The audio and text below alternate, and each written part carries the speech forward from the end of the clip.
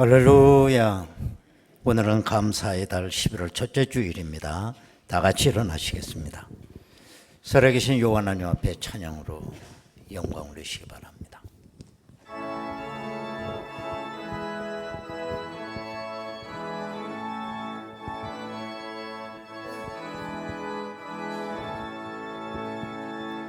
빛나고 높은 보좌와 그 위에 앉으신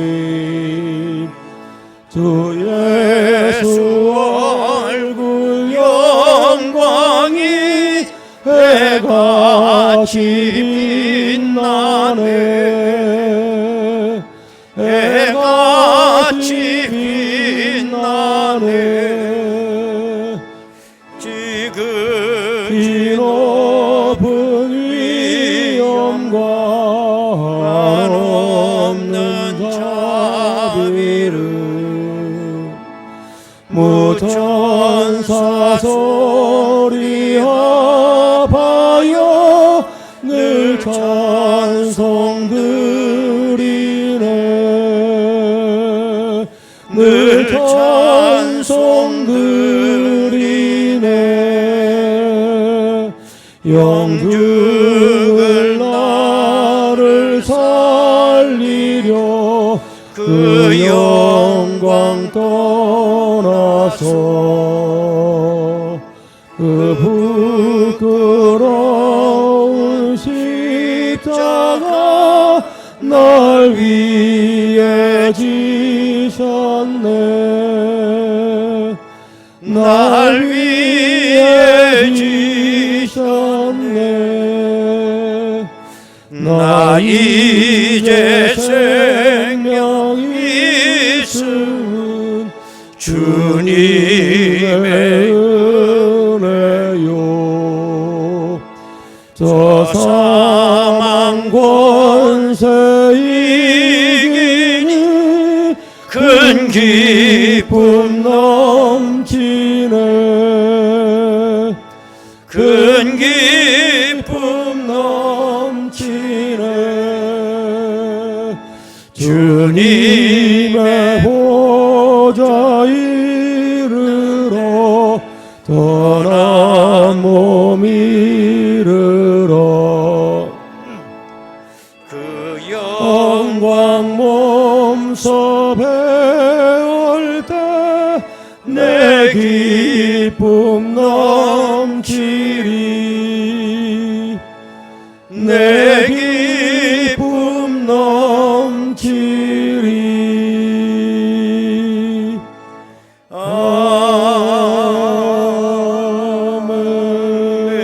아멘.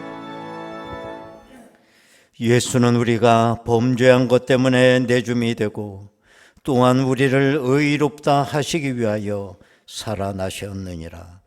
그러므로 우리가 믿음으로 의롭다 하심을 받았으니 우리 주 예수 그리스도로 말미암아 하나님과 화평을 누리자. 영원하신 아버지 하나님, 그리스도의 피로 값주고 사신 교회를 조의로 섬길 수 있도록 은혜를 더해 주심을 감사합니다. 오늘은 11월 감사의 달 첫 번째 주일입니다. 옛날 우리 믿음의 선조들이 하나님의 성전에 나아가 두 손 들고 아버지 하나님께 경배하였던 것처럼 오늘 이 시간 우리 목소리 합하여 경배와 찬양으로 영광 올리게 하시옵소서.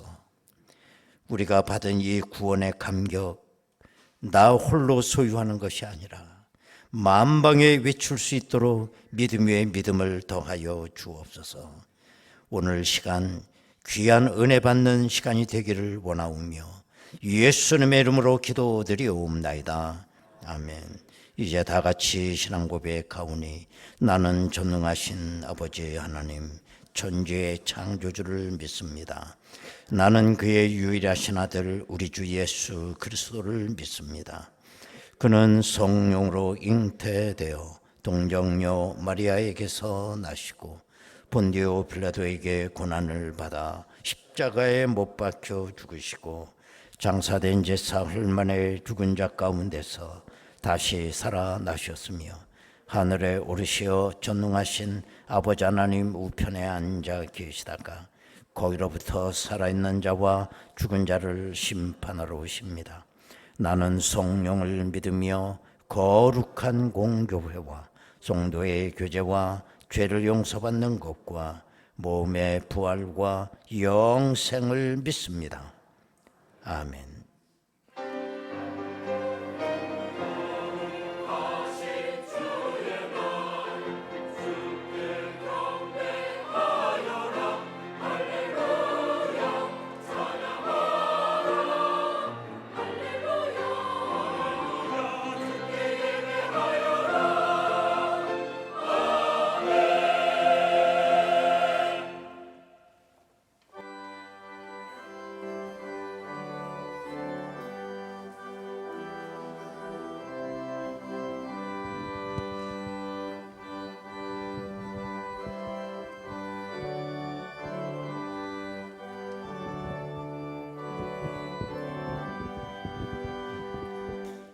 여러 해 동안 주 떠나 세상 연락을 즐기고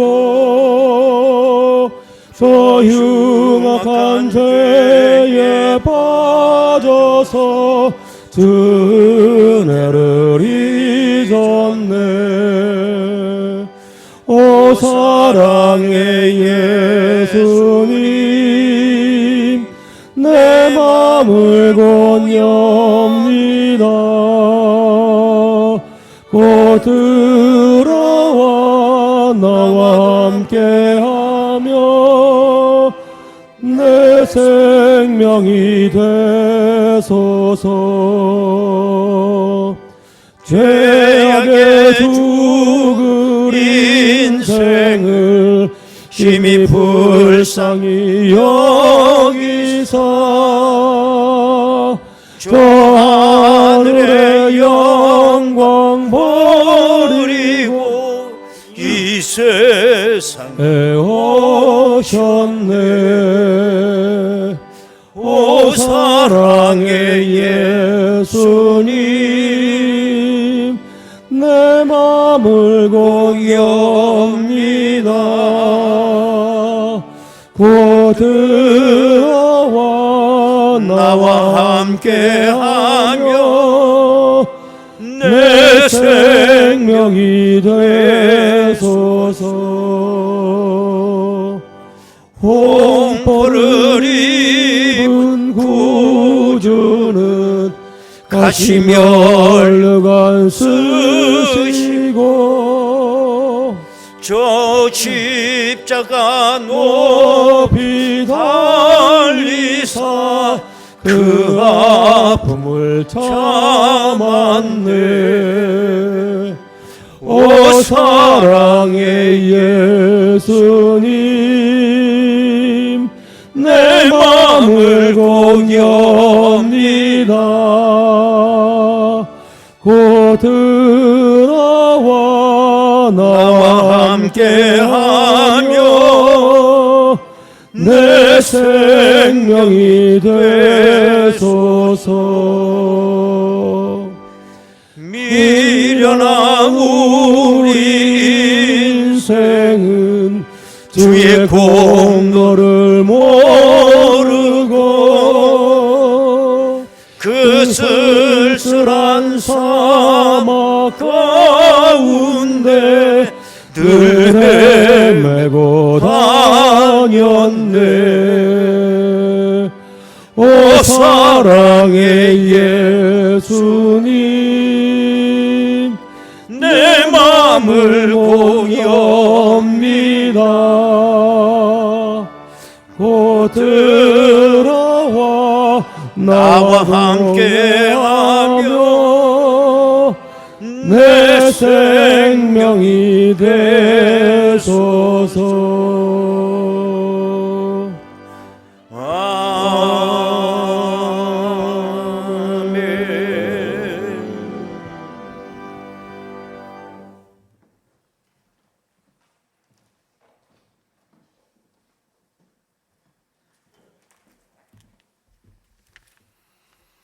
거룩하신 아버지 하나님, 주님의 보혈로 죄 씻음을 받고 구원받은 백성들이 거룩한 주의를 지켜 예배자로 이 자리에 모여 아버지 하나님을 찬양하며 예배드리게 하시오니 감사드립니다.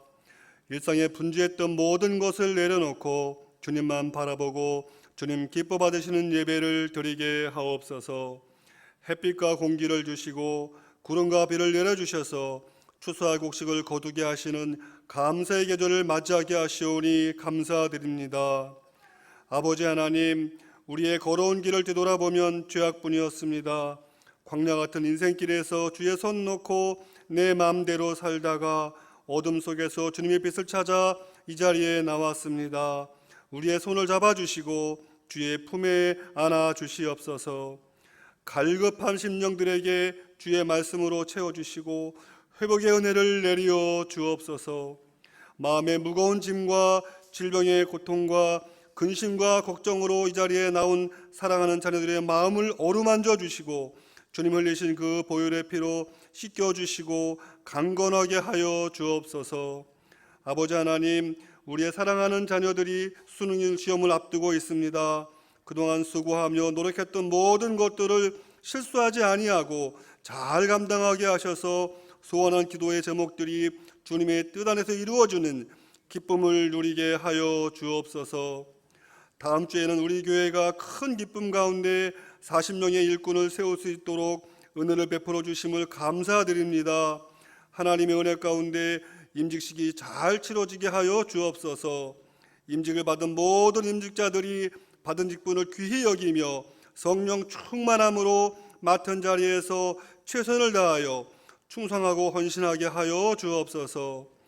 우크라이나 전쟁과 이스라엘과 하마스 전쟁을 보면서 주님께서 더 가까이 오시는 발자국 소리를 듣게 됩니다. 주님 나라의 정의와 법도가 다시 세워지게 하시며 수많은 사람들이 목숨을 잃는 대학살의 비극이 멈춰지게 하여 주옵소서. 그 땅에 임한 이 비극적인 상황이 하루속히 종식되고 회복되게 하셔서 하나님만을 높여드리고 창조주 되심을 알게 하여 주옵소서. 아버지 하나님, 오늘도 복음의 사역을 감당하기 위하여 수고하는 우리의 선교지들이 있습니다. 우리 중고등부가 준비하는 인도네시아 김강호 선교사님 사역지에 주님의 은혜와 사랑 가운데 많은 영혼들이 주님께 돌아와 하나님을 예배하며 찬양하는 선교지가 되게 하여 주옵소서. 필리핀 장동만 선교사님 사역지에 지어져가는 유치원을 통하여도 수많은 어린 영혼들이 주께로 돌아오는 구원의 통로가 되게 하여 주옵소서. 공사 여정 가운데 재정이 채워지게 하시며 아무런 사고 없이 유치원 공사가 잘 마무리되게 인도하여 주옵소서. 오늘도 말씀을 들고 단위에 서신 목사님의 건강을 지켜주시고 피곤치 않게 하시며 귀한 말씀을 선포하실 때에 온 교회 안에 성령 충만함이 임하게 하여 주옵소서. 두 분의 부목사님과 전도사님들 사역 가운데도 함께하여 주옵시고 교회 이곳저곳을 돌보는 모든 봉사자들이 하나님 주신 은혜로 귀한 직분을 잘 감당하게 하여 주옵소서. 아름다운 찬양으로 하나님께 영광을 돌리는 할렐루야 성가대 찬양을 기쁘게 받아 주옵시고 노래하는 제사장의 직분을 잘 감당할 수 있도록 성령 충만함을 주옵소서. 모든 말씀 감사드리며 예수님의 이름으로 기도드리옵나이다. 아멘.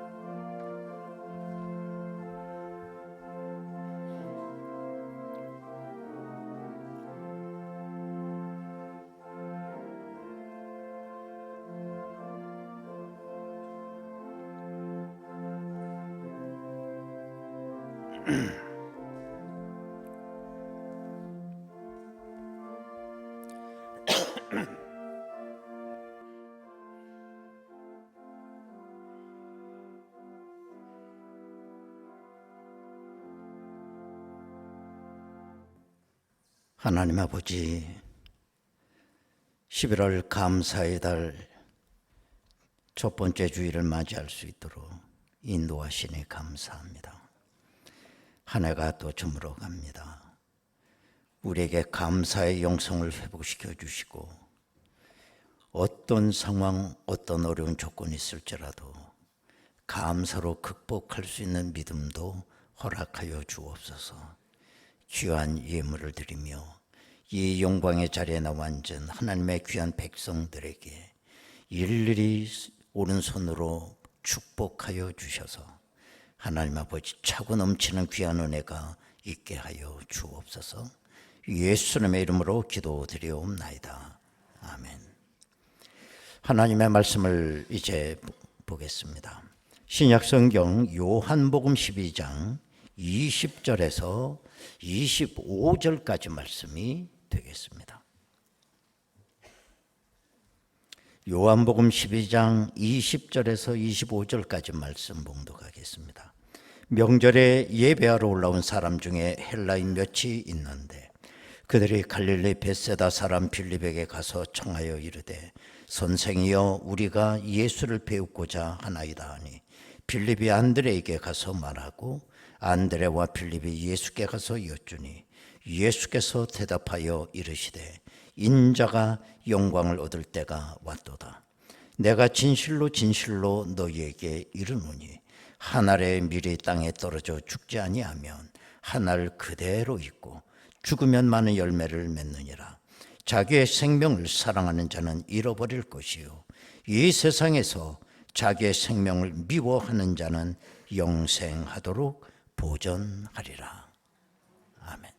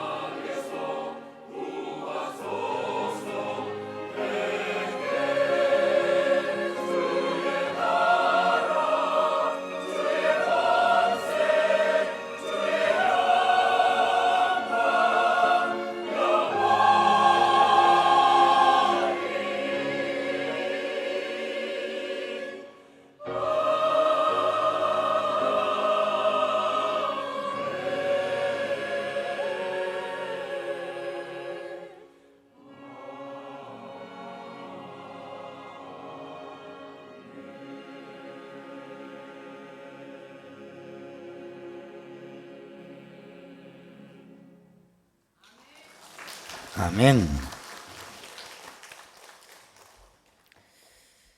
예, 우리가 어느 나라 가건 마찬가지겠습니다만 제일 먼저 우리가 극복해야 되는 문제는 언어의 문제입니다. 언어가 극복되지 않냐면 어느 나라건 간에 우리는 살기가 힘이 들죠. 선교사는 더하리라고 생각이 돼요. 옛날 맨 처음에 외국의 선교사들이 우리나라에 왔을 때 그렇게 한국의 그 언어 표현이 좀 이상해가지고 말 배우기가 그렇게 힘들었다고 그래요. 예를 들면 내가 어느 집에 들어가기 위해서 문을 두드리면 거기서 밖에서 안에서 들려오는 소리가 문 닫고 들어오세요 그겁니다. 우리는 그게 아무렇지도 않지만은 외국 사람이 그거 들을 때는 기가 막힌 거예요. 논리적으로 안 맞잖아요. 문 열고 들어오셔서 문 닫으시면 됩니다. 그래야 되는 거 아닙니까? 자, 그런데 우리는 이 한글의 우수성을 온 세계에 자랑을 하죠. 하지만 언어학자들이 이런 말을 했습니다. 세상에서 가장 배우기 까다로운 언어가 5개 언어가 있는데 우리나라 말이 그 5위 안에 든다는 거예요. 정말 배우기 힘든 말이라는 겁니다. 왜 그러느냐? 예를 들어서 그 언어학자가 말을 했어요. 우린 죽었다라고 하는 표현, 그걸 50개 이상으로 표현할 수 있다는 거예요. 사실 영어를 뭐 die 그러면 되는 걸 갖다가 우리는 50개로 표현한다는 거예요. 그래서 내가 어떻게 50개가 되나 나름대로 이렇게 적어봤어요. 50개 도무지 난 알 수가 없어요. 그냥 내가 뽑아본 게 어떤 거냐? 여러분들 다 잘 아는 거죠. 돌아가셨다, 죽었다, 숨을 거두었다, 눈 감았다, 곡기를 끊었다, 영면했다, 세상을 떠났다, 사망했다, 저 세상 갔다, 임종했다, 끝났다. 너 아직 비속 어디 있어요? 꾀겠다, 뒤졌다, 뭐 이런 언어들을 외국 사람이 배운다는 건 참 힘들죠. 그렇지 않겠습니까? 이와 비슷한 언어가 또 있습니다. 죽기 살기. 운동 감독이 선수들에게 이들 죽기 살기를 뛰어야 돼. 그것도 따지고 보면 태어나서 사는 게 먼저잖아요. 그러고 나서 죽는 거 아닙니까? 근데 우리는 거꾸로 죽기 살기 그래요. 우리나라 이 한글 언어 가운데 가장 성경적인 언어가 있어요. 그게 바로 죽기 살기예요. 왜냐하면 성경은 전체가 죽어야 산다라고 하는 진리를 우리에게 말씀하고 있기 때문입니다. 오늘 그 본문에도 보면 그런 내용이 기록되고 있어요. 하나님을 믿는 헬라 사람 몇 사람이 예배하러 성전에 왔다가 거기 수많이 모인 사람들로부터 예수님의 명성을 듣게 됩니다. 이러자 이 헬라 사람은 외국인이잖아요. 아니 예수라고 하는 분이 도대체 어떤 분인가 만나고 싶었던 겁니다. 그렇게 명성이 높으니. 그래서 예수님의 제자로 보이는 사람들을 찾아갔겠죠. 빌립을 찾아간 것 같습니다. 내가 그 예수라고 하는 분을 좀 만나고 싶습니다. 그랬더니 빌립이 그걸 안드레에게 얘기를 했고 안드레가 이 사실을 예수님 앞에 이제 말씀을 드린 거죠. 오늘 본문보다 그 앞에 있는 그 성경 구절을 보면 어떤 사건이 일어나느냐면 6월 거기 보면 예수님께서 어린 나귀를 타고 예루살렘에 입성하실 때에 수많은 군중들이 모여서 종려나무 가지를 꺾어 흔들면서 뭐라고 얘기하느냐 12절 13절 한번 보면 그 이튿날에는 명절에 온 큰 무리가 예수께서 예루살렘으로 오신다음을 듣고 종려나무 가지를 가지고 맞으러 나가 외치되 호산나 찬송하리로다 주의 이름으로 오시느니 곧 이스라엘의 왕이시여. 수많은 사람들이 모여서 이스라엘의 왕이시여 하고 환호했다는 거예요. 저는 그때 예수님의 제자들이 얼마나 어깨가 들썩들썩했을까 생각이 돼요. 우리가 모시는 우리 선생님 이렇게 온 이스라엘이 합쳐서 왕이라고 추대를 하고, 또 아까 내 말씀드린 대로 헬라 사람까지 와가지고 예수님을 만나보고자 면회 신청을 할 정도로, 그랬을 때 제자들의 이 어깨가 얼마나 의기양양했겠습니까? 이렇게 안드레가 헬라 사람이 와서 예수님을 좀 뵙고자 합니다 말씀드렸을 때에 예수님께서 하신 말씀이 뭐냐? 23절입니다. 예수께서 대답하여 이르시되 인자가 영광을 얻을 때가 왔도다. 인자가 영광을 얻을 때가 왔도다. 이때 제자들은 무슨 생각을 했겠습니까? 예수님이 이젠 왕이 되시는가 보다. 영광을 얻을 때가 왔다고 했기 때문에. 그런데 예수님은 곧바로 찬물 끼얹는 듯한 말씀을 또 하시게 돼요. 그게 뭐냐? 24절입니다. 다 같이 읽겠습니다. 24절 시작. 내가 진실로 진실로 너희에게 이르노니 한 알의 밀이 땅에 떨어져 죽지 아니하면 한 알 그대로 있고 죽으면 많은 열매를 맺느니라. 한 알의 밀알이 떨어져 죽는 말씀을 하시는 거예요. 여러분, 영광을 얻는 것과 죽음은 어떤 관계가 있을까요? 제일 먼저는 방법의 문제예요. 영광을 얻는 방법입니다. 그런데 그 방법에 있어서 예수님과 제자들이 정반대였습니다. 제자들은 말씀드린 대로 무슨 생각을 하느냐? 이제는 예수님께서 왕이 되시나 보다. 영광을 얻을 때가 왔도다 말씀했기 때문에. 자, 그렇게 되면 자기들은 어떻게 되는 겁니까? 자기들은 얼마나 또 영광을 받겠어요, 제자들은. 이게 제자들이 생각하는 영광을 얻는 방법이었습니다. 그런데 예수님은 정반대 말씀하세요. 한 알의 밀이 땅에 떨어져 죽는 걸 말씀하시는 거예요. 너희들이 많은 열매를 원하느냐? 먼저 죽으라는 거예요.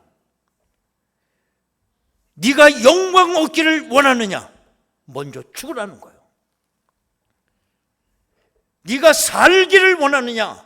그러면 먼저 죽으라는 겁니다. 실제로 예수님은 당신께서 하신 말씀대로 하늘의 밀알이 되어서 십자가에 달려 죽으심으로 말미암아 3일 만에 다시 부활하고 온 세상을 구원하는 구세주가 되셨어요.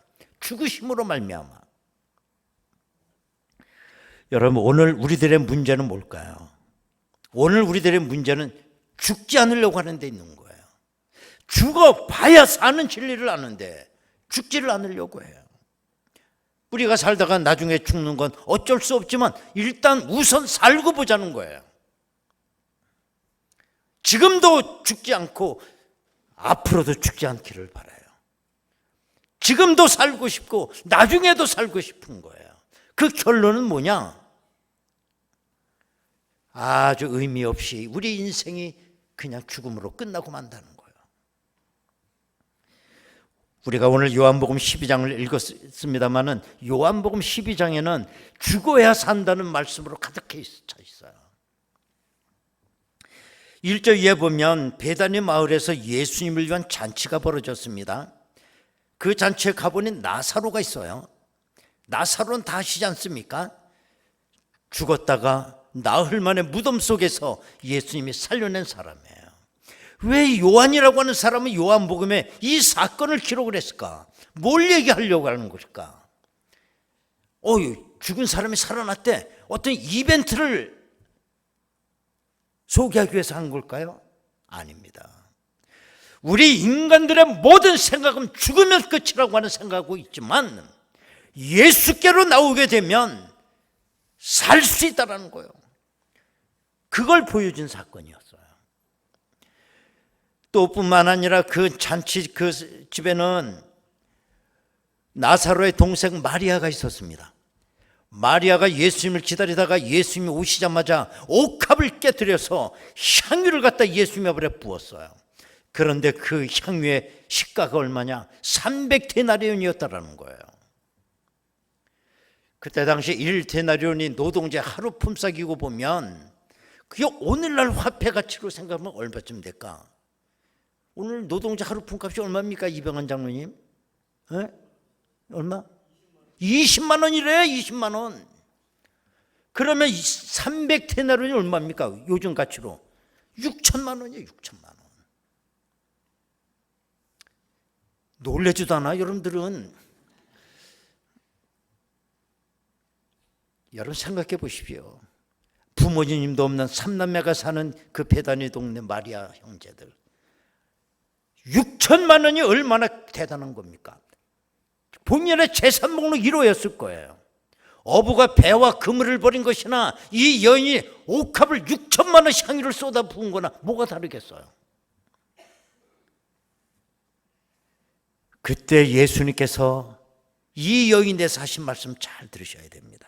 마태복음 26장 13절을 보면 내가 진실로 너희에게 이르노니 온 천하에 어디서든지 이 복음이 전파되는 곳에서는 이 여자가 행한 일도 말하여 그를 기억하리라.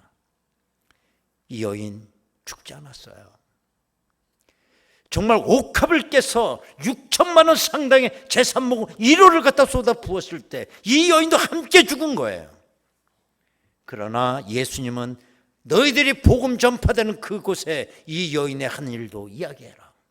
그래서 나도 지금 얘기하고 있는 겁니다. 아직 살아있는 겁니다, 마리아가. 그런데 그 현장에는 가룟 유다가 있었어요. 마리아가 그 행동을 못마땅히 여긴 이 가룟 유다는 왜 그걸 팔아서 가난한 사람을 돕지 왜 이렇게 땅에다 쏟아붓고 낭비하느냐 그랬습니다. 그러나 요한복음에는 이 가룟 유다가 도적이라고 얘기를 했어요. 아시는 대로 이 가룟 유다는 그 제작 공동체 재정 업무를 맡은 겁니다. 속셈을 우리가 알 수 있어요. 도적이라고 했을 때는 5천만 원, 6천만 원 수입이 들어와요. 그럼 이렇게 굴리고 저렇게 굴리고 가난한 자를 돕고 하면서 거기서 얼마를 착복하려고 하는 그 욕심이 있었던 겁니다. 여러분 잘 기억하세요. 사람이 말이죠, 살려고만 하면 그렇게 사람이 비굴해져요. 내가 살려고 하면 비참해집니다. 타협하게 됩니다. 더럽게 살 수밖에 없습니다. 살려고 하면. 그러나 사람이 죽으려고 하면 담대해져요. 깨끗해져요. 살려고 하면. 가룟 유다 살기 위해서 하는 거 아닙니까? 그렇게 얼마나 비굴해지느냐. 예수님을 은 30에 팔아먹는 겁니다. 우리도 마찬가지예요. 살려고 하면 그 짓 합니다. 우리도. 그러나 가룟 유다의 마지막은 비참하게 종말을 맞는 거죠. 그렇습니다. 우리는 하늘의 밀이 땅에 떨어져 많은 열매를 맺는다고 하는 이 신비, 이 능력, 이건 이론으로 배울 수가 없어요. 논리가 아닙니다. 신비는 거는 뭐냐? 내 몸으로 체험하는 거예요. 그 역사가 내 몸에 일어나는 겁니다. 그래야만 알 수 있는 거예요. 우리는 죽기까지는 아무것도 없는 겁니다. 우리 가운데는. 예수님께서 25절에서 이렇게 말씀하셨습니다. 자기 생명을 사랑하는 자는 잃어버릴 것이요 이 세상에서 자기 생명을 미워하는 자는 영생하도록 보존하리라. 여러분, 회사의 사장님은 언제부터 사장님이 되는 겁니까? 여러분들 밖에 나가면 다 사장님 부르지? 여러분 다. 사장님은 언제부터 사장님 되는 거예요? 물론 취임식 하게 되면 취임식 끝나자마자 회사원들은 사장님이라고 부를 거예요. 그러나 잘 생각해 보십시오. 그 회사가 부도가 나고 파산 직전에 회사가 다 죽게 됐는데 무슨 사장님의 의미가 있습니까? 언제부터 사장님이 되냐? 사장님이 죽는 순간부터 사장님이 되는 거예요. 내가 취임시켰다고 사장님, 언제부터냐? 내가 권위주의를 내려놓을 때부터 사장이에요. 진정한 사장. 권위주의와 권위는 완전히 반대말이에요. 권위주의는 어떤 게 권위주의냐? 권위가 없는 사람이 권위 있는 척하는 게 권위주의예요. 내가 사장에 감투를 쏟고 어깨에 힘이 들어가고 말을 함부로 하고 한인들을 밑에 사람을 하대하고 막 종부르듯이 하고, 그래서 자기가 권위 있는 걸 흉내를 내요. 그거 아무도 존경하지 않아요. 내가 진정으로 존경을 받은 회장이 되려면, 사장이 되려면 죽어야 돼요. 밑에 사람과 동고동락해야 돼요. 오히려 내 아랫 사람을 섬겨야 돼요. 그러면 다 존경해요.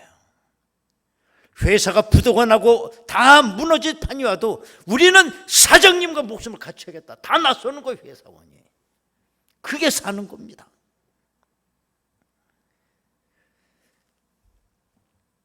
지금은 하늘나라 가셨지만 옛날에 이중표 목사님, 그분은 죽어야 산다고는 그 죽음의 신학을 가지고 인평생 목회하신 분이에요. 그분은 목사들이 모인 곳에서 설교를 하면 꼭 말씀하신 게 뭐냐? 목사가 죽어야 교회가 삽니다. 그 말씀이에요. 또 장로님들이 모인 집회 가면 또 설교 중에 장로가 죽어야 교회가 삽니다. 꼭 말씀하셨어요. 책도 많이 썼어요. 죽어야 산다는 거. 이건 가정도 마찬가지예요. 죽는 가정 보면 특징이 뭐냐? 다 살아있어. 남편은 남편대로 꽥꽥 소리 지르지, 부인은 안 죽어, 죽여 또 그러지, 또 자식들은 에이 이게 뭐야 그냥 그 집 다 죽었어요. 왜? 죽는 사람이 없잖아요. 지금 우리의 문제는 죽으려 하지 않기 때문에 문제가 되는 것입니다. 국가건 교회건 가정이건 어떤 공동체건 다 살려고 하지 누가 죽으려고 합니까? 여기에 우리는 사도 바울의 고백을 한번 들어보실 필요가 있습니다. 고린도전서 15장 31절입니다. 우리 다 같이 읽겠습니다. 시작. 형제들아, 내가 그리스도 예수 우리 주 안에서 가진 바 너희에게 대한 나의 자랑을 두고 단언하노니 나는 날마다 죽노라. 사도 바울의 스펙은 다 알고 있잖아요. 그 스펙이 뭐냐? 살기 위한 스펙이었어요. 그러나 내가 예수를 알고부터 그게 아닙니다. 내가 삶으로 예수가 죽고 내가 죽으면 예수가 산다는 그 진리를 깨달은 거예요. 그런데 문제는 마지막으로 내가 무엇을 위해서 죽어야 할까? 어차피 죽는 건데. 목적의 문제입니다. 요즘에 연예인들이 마약을 하고 얼마나 아주 끔찍한 일들이 일어납니까? 그렇게 죽어요. 또 어떤 사람은 노동자는 또 노동 인권을 위해서 싸우다가 내 몸에다가 기름을 붓고 분신 자살을 해요. 그래서 이제 노동자들이 그 이슈를 가지고 한참 또 난리를 피웁니다. 또 어떤 사람은 열사라고도 그렇게 이야기합니다. 어떤 사람은 이데올로기에 하다 또 죽고 자기가 학문을 한 걸 위해서 또 그것 매진하다 또 죽는 사람, 별의별 사람 다 있어요. 그럼 마지막은 뭐냐? 박수 쳐주겠죠. 동상을 세워줍니까? 기념비를 세웁니까? 그게 끝입니다. 그거예요.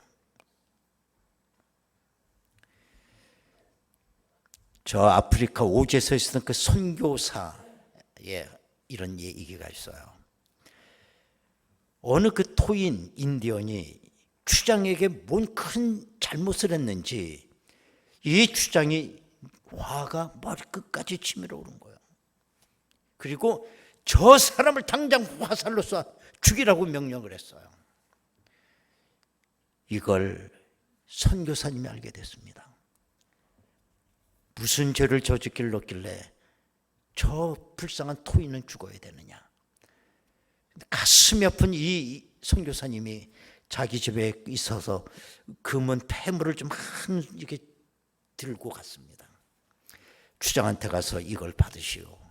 그리고 저 불쌍한 토인을 살려주시오. 그랬더니 그 추장이 화가 더 나서 필요 없어.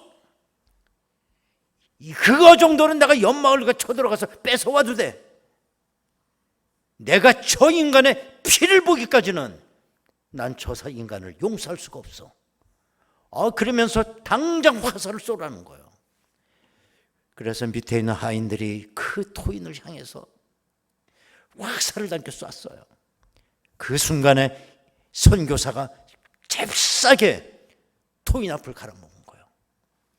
그 화살이 선교사의 몸에 팍 박히게 돼요. 다행히도 급소는 찌르지 않았어요. 한참 쓰러져 있던 선교사가 부시 일어나더니 화살을 갖다 뽑습니다. 그 몸에서 피가 얼마나 많이 나왔겠어요. 거길 부둥켜 안고 선교사가 추장 앞에 가서 이렇게 말을 해요. 당신이 그렇게 보고 싶고 구했던 이 피를 받으십시오. 이 피를 받으시오. 그리고 저 사람을 살려주시오. 그걸 듣고 그 추장이 마음이 누그러졌습니다. 저 토인 당신이 가져가시오. 그 토인은 극적으로 살아나게 돼요. 그때 그 토인이 선교사 앞에 무릎을 꿇고 당신의 핏값으로 내가 살게 됐습니다. 이제 나는 당신의 것입니다. 내가 한평생 죽을 때까지 당신을 섬기며 살겠습니다. 그랬다고 하는 것입니다. 여러분, 내가 무엇을 위해 죽을 것인가? 이 문제에 대해서 오늘 대답을 하셔야 됩니다. 다 우리는 안 죽는 걸 우리는 목표로 살지만 그렇다고 안 죽으면, 안 죽을 수 있다면 그렇게 추천해드리고 싶어요.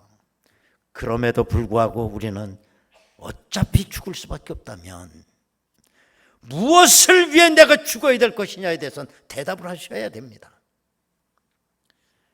내가 영원한 생명을 위해서 죽게 될 때 영원히 살 수가 있어요. 내가 어떤 이론을 위해 살다가 죽었다. 그 이론이 영원한 거 아니잖아요. 나의 영원한 생명은 예수님이십니다. 때문에 예수를 위해 죽을 때 우리 영원히 살 수 있습니다. 영원히 살 수 있다고 하는 그 소리가 복음의 복음, 복된 소리. 내가 복음 위해서 살다 죽을 때 우리는 비로소 영원히 살 수 있습니다.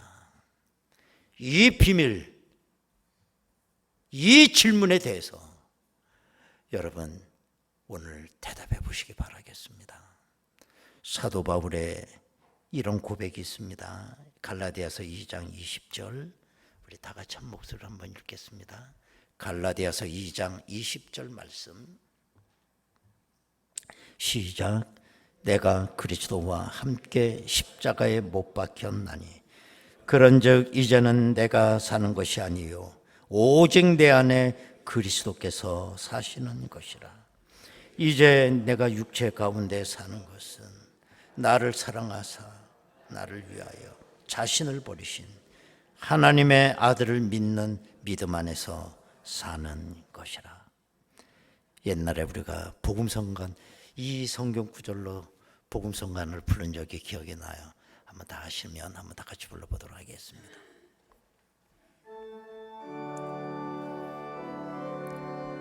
내가 그리스도와 함께 십자가에 못 박혔나니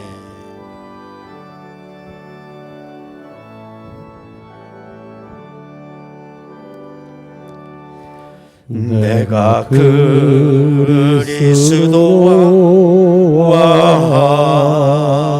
함께 십자가에 못 박혔나니 그런즉 이제 내가 사는 것 아니요 오직 내 안에 예수께서 사신 것이라.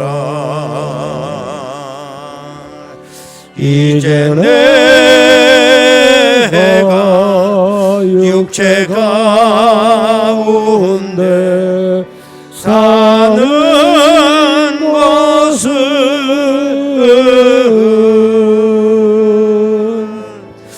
나를 사랑하사 자기 몸 버리신 예수 위해 사신 것이라.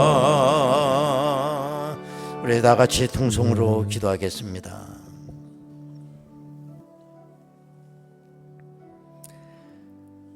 우리는 살기 위해 몸부림치고 죽지 않으려고 몸부림치지만 벌써 우리는 요단강을 향해 성큼성큼 걸어가고 있습니다.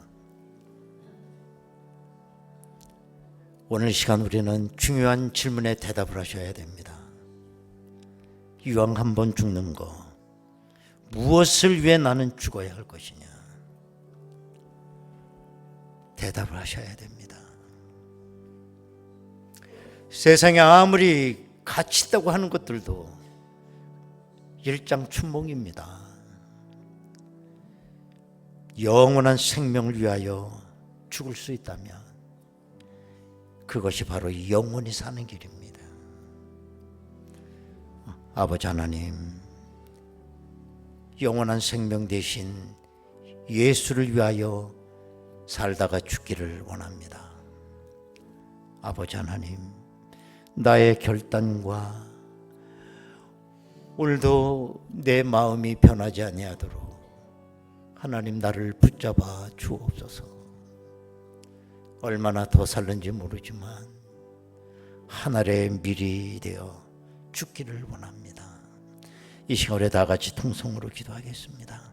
은혜로우신 아버지 하나님, 감사합니다. 어차피 한 번 사는 겁니다.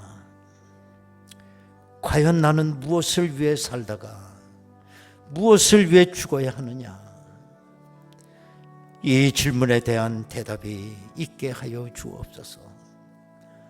아버지 하나님, 하늘의 밀이 땅에 떨어져 죽을 때 많은 열매를 맺듯이 오늘도 이 시간 진리를 위해 떨어지는 하늘의 밀알이 되기를 원하고 영원히 쇠하지 아니하고 죽지 않는 귀한 은혜가 우리 가운데 넘치게 하옵소서.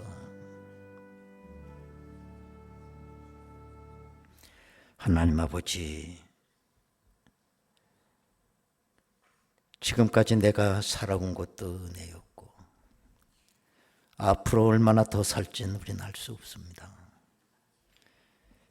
언젠간 죽는다는 거 하나 확실히 알고 있습니다. 아버지 하나님, 내가 과연 무엇을 위해 죽어야 되는 존재인가? 이 질문에 대한 분명한 대답이 우리 가운데 있게 하옵소서. 하늘의 밀이 땅에 떨어져 죽는 그 신비함을 우리 모두가 다 몸으로 체험하게 하여 주옵소서. 예수님의 이름으로 기도하옵나이다. 아멘. 찬송가 457장입니다.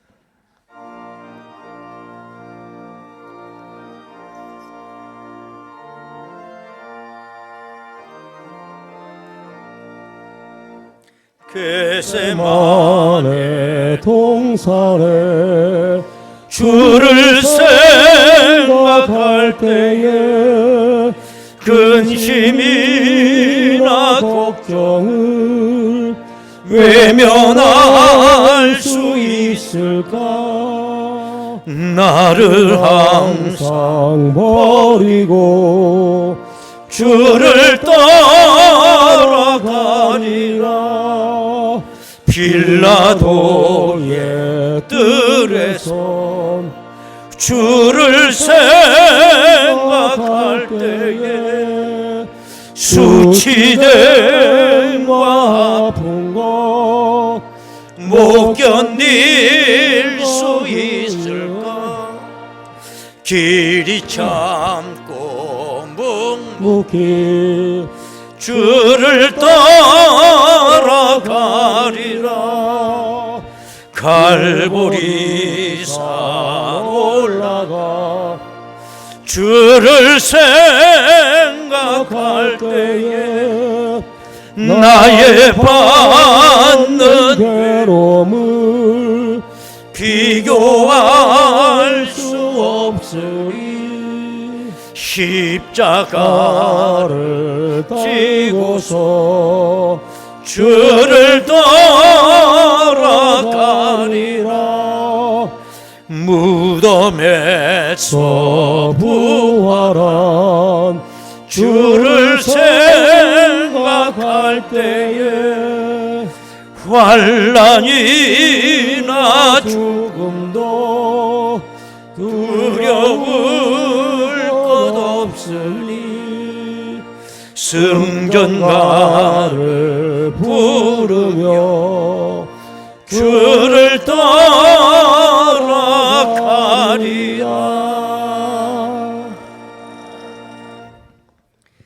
광고 말씀입니다.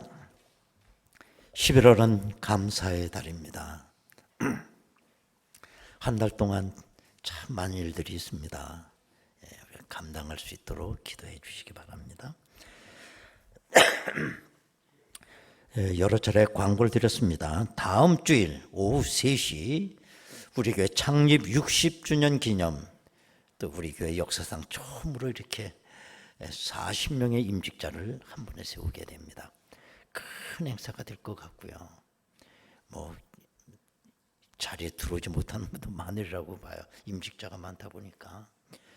여러분 많이 오셔서 이 영광된 자리 같이 여러분 은혜 받으시기를 바라겠습니다. 고천읍 기독교 연합 부흥성회가 오늘 오후 2시부터 태광교에서 올해는 열리게 됩니다. 오늘 주일이기 때문에 오후 2시고요. 내일서부터 수요일까지는 저녁 7시 30분부터 저녁 집회가 있습니다. 이번에 오실 목사님은 신길교회 이기용 목사님, 큰 은혜가 있으리라고 믿습니다.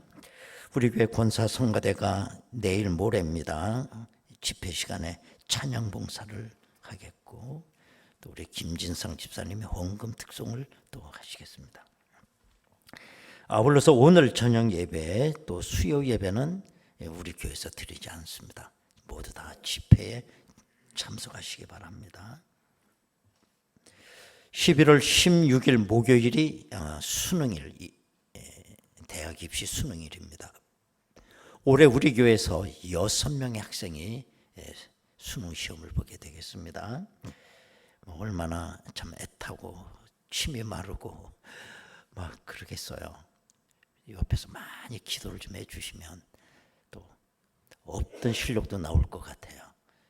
많이 여러분 기도해 주시기 바랍니다. 그래서 우리가 다음 주일 2부 예배 시간에는 우리 수험생들을 위해서 우리 온 성도님들이 축복의 손을 들고 한번 기도하는 시간을 갖도록 하겠습니다. 가을철 세례 예식이 있습니다. 세례 받기를 원하는 분들 목양실로 신청을 해 주시고요.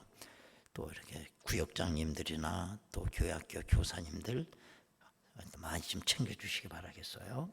문답은 11일 이번 토요일 오후 5시 소회의실에서 문답 시간을 갖습니다. 그리고 세례식은 다음 주일 2부 예배 시간에 세례 예식했습니다. 주로 이 아이들이 학생들이 많이 세례를 받기 때문에 3부 예배 데이 때보다도 이 아이들이 학생부 예배 드리러 오는 그 시간이에요. 그래서 그 시간에 맞춰서 이 아이들에게 세례를 베풀려고 합니다.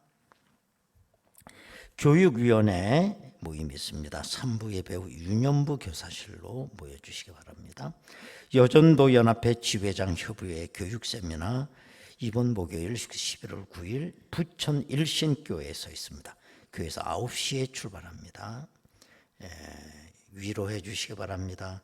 고 유만성 선생님 올해 90세인데 별세를 하셔서 이분은 유현신 집사님 친정아버지가 되세요. 참 장수하셨습니다. 오늘 장례입니다. 오늘 장례. 앞으로 좀 보시면 위로해 주시기를 바라겠습니다. 이제 우리 다 같이 일어나시겠습니다. 옆 사람 보시고 인사 나누시겠습니다. 잘 주고 인사 나누십시오.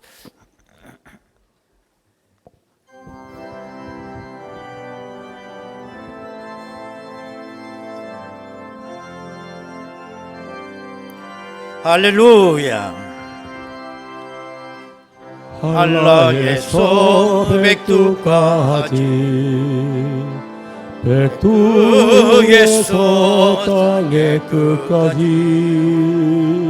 주님 오실 길을 예비하며 주님만 섬기는 나라 되게 하소서. 이 땅에 주님 교회 위에 하늘의 생기 부어주소서. 열방을 치유하는 주 백성 주님의 군대를 일으켜 주소서. 성령의 세바라 이 땅에 불어오소서. 이 땅에 할렐루야. 불어오소서. 주의 영그 생기로 우리를 다시 살리사. 여러분이 두 손 들고 찬양하겠습니다. 이 땅에 하나님 영광 거는 그런 교회가 되게 하소서. 오, 주님. 하소서. 열방에 하나님 영광 비추는 그런 교회가 되게 하소서. 그런 교회 되게 하소서.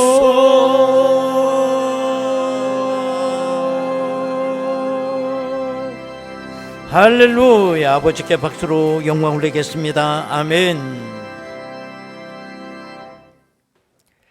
지금은 우리 주 예수 그리스도의 은혜와 아버지 하나님의 극진하신 사랑하심과 성령님의 감동하시고 내주 충만 교통 역사하심이 한 알의 밀알의 그 진리를 깨닫고 내 인생의 목적을 새로 세우며 영원히 사는 그 비결을 통해 하나님 앞에 영광 올리고 행복한 삶을 살아가기를 원하는 저희들 심령 위에, 저들의 가정과 일터와 자녀들 위에, 이 재단에 속해 있는 모든 권속들 위에 지금으로부터 영원토록 함께 하시옵기를 간절히 축원하옵나이다.